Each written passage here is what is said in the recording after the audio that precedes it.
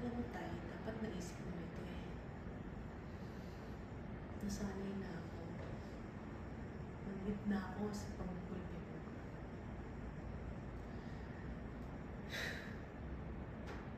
Di mo man lang ba naisip yun? Dito ang paraan para makuha mo ang respeto ko.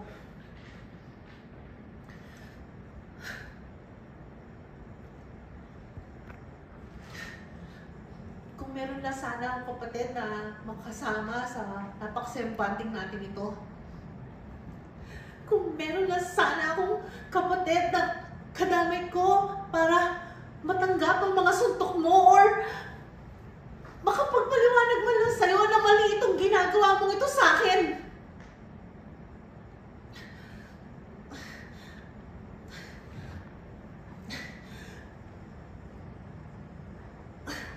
Mula pagkabata ko, wala na akong ginawa kundi magkunwari.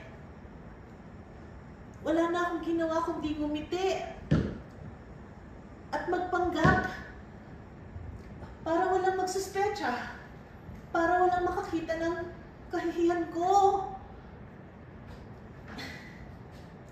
para walang makaalam ng mga nangyayari dito sa bahay na ito. Sige! Saktan mo ako. Kung dyan gagaan ang kalooban mo, total bahay mo naman to. Isa akong ahas dahil hindi ko tama intindihan. Dahil bata pa ako at tanga pa.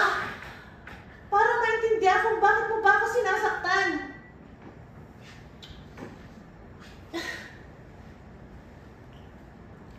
Lagi kong aalalahanin ang mga pambubugbog mo na punong ng awa sa'yo. Dahil alam ko naman na mas malalim na sugat ang nadadala nito sa'yo.